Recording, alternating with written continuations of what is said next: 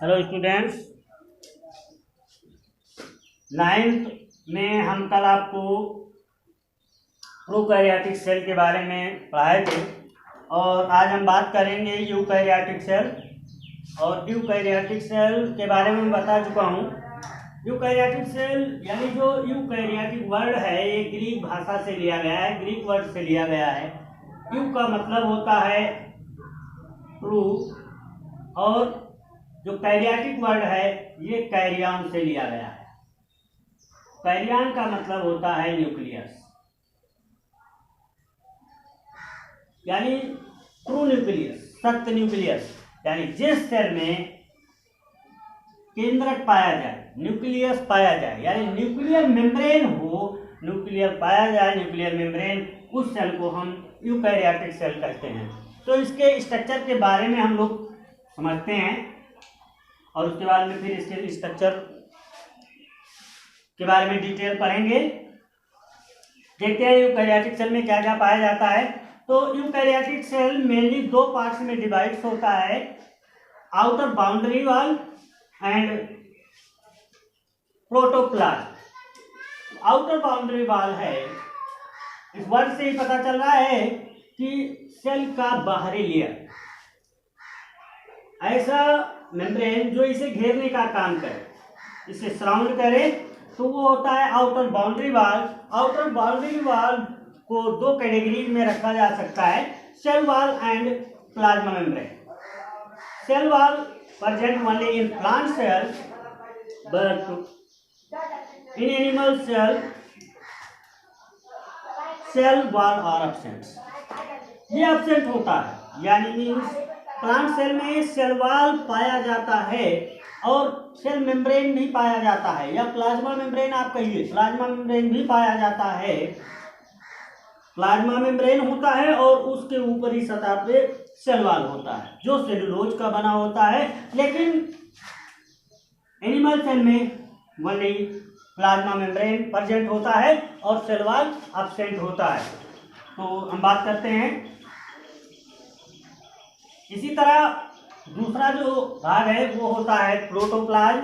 जो प्रोटोप्लाज्म है, प्रोटोप्लाज्म यानी सेल में पाए जाने वाले पूरे लिक्विड को हम प्रोटोप्लाज्म कहते हैं। प्रोटोप्लाज्म दो पार्ट्स में डिवाइड होता है, एक साइटोप्लाज्म होता है और नेक्स्ट न्यूक्लियस होता है। साइटोप्लाज्म न्यूक्लियस से बाहर जो लिक्विड होता है, तरल पदार्थ होता है, इसे हम प्रोटोप्लाज्म कहते हैं, सॉरी साइटोप्लाज्म कहते हैं। और जो न्यूक्लियस के अंदर जो लिक्विड होता है या जो सबस्टेंस पाए जाते हैं उन्हें हम जो है न्यूक्लियर मटेरियल कहते हैं।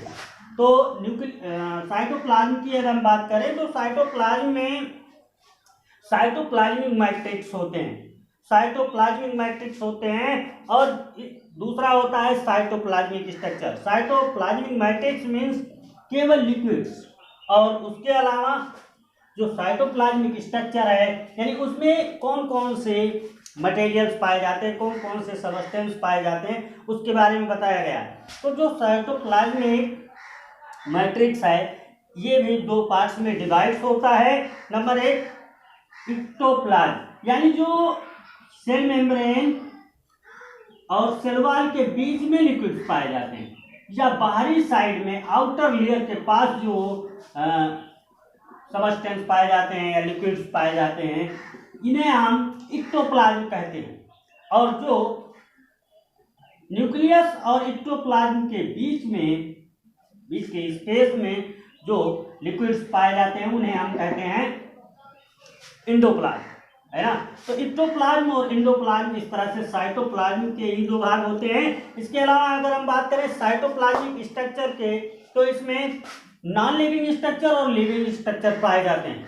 नॉन लिविंग स्ट्रक्चर में जैसे आयंस, मिनरल्स, विटामिन्स, ये सब होते हैं। इसके अलावा अगर लिविंग की हम बात करें तो आप लोग जानते होंगे mitochondria, Golgi complex, endoplasmic reticulum, lysosome, ribosome इत्यादि जो सेल ऑर्गेनेल्स प्रेजेंट होते हैं उन्हें हम लिविंग स्ट्रक्चर कहते हैं। इस तरह से न्यूक्लियस जो होता है, न्यूक्लियस में न्यूक्लियर मेम्ब्रेन, यानी आप लोग भी जानते हैं न्यूक्लियर मेम्ब्रेन के कारण ही हम इसे यूकैरियोटिक सेल कहते हैं। तो इसमें न्यूक्लियर मेम्ब्रेन और ट्रू न्यूक्लियर है ना, ट्रू न्यूक्लियर मेम्ब्रेन होता है। इसके अलावा इसमें क्रोमैटिन मटेरियल होता है। न्यूक्लियर मेम्ब्रेन में क्रोमैटिन मटेरियल होता है, यानी मीन्स क्रोमोसोमल मटेरियल, जो इसके स्ट्रक्चर को प्रोवाइड करने का काम करता है। मीन्स आप जिसे कहते हो जेनेटिक मटेरियल या हेरिडिटी मटेरियल, अगर कहा जाए ट्रू रूप में तो डीएनए, यानी मीन्स जेनेटिक मटेरियल होता है, डीऑक्सीराइबो न्यूक्लिक एसिड होता है। इसीलिए हम इसे क्रोमैटिन मटेरियल कहते हैं, क्योंकि जो क्रोमोसोम होता है वो डीएनए के संरचना में पाया जाता है।